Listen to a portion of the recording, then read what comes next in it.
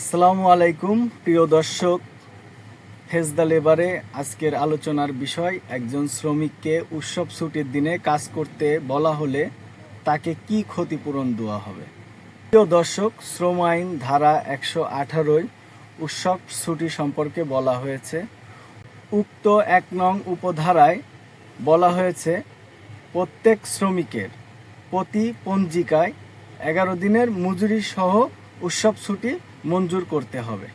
উক্ত উপধারা 3-এ বলা হয়েছে, কোনো শ্রমিককে উৎসবের দিনে কাজ করতে বলতে পারবে, তবে তাকে 1 দিনের বিকল্প ছুটি এবং 2 দিনের ক্ষতিপূরণ বাবদ মজুরি প্রদান করতে হবে।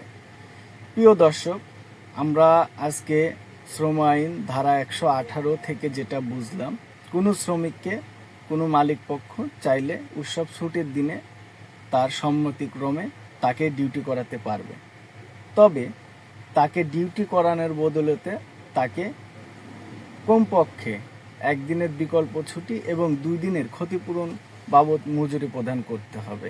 এটা শ্রম আইন ধারায় স্পষ্টতে আছে। আপনারা যারা এই আইনটা জানলেন এবং বুঝলেন, আপনারা সকলে এই আইনটা ফলো করবেন এবং এই আইনকে ব্যবহার করবেন। আসসালামু আলাইকুম।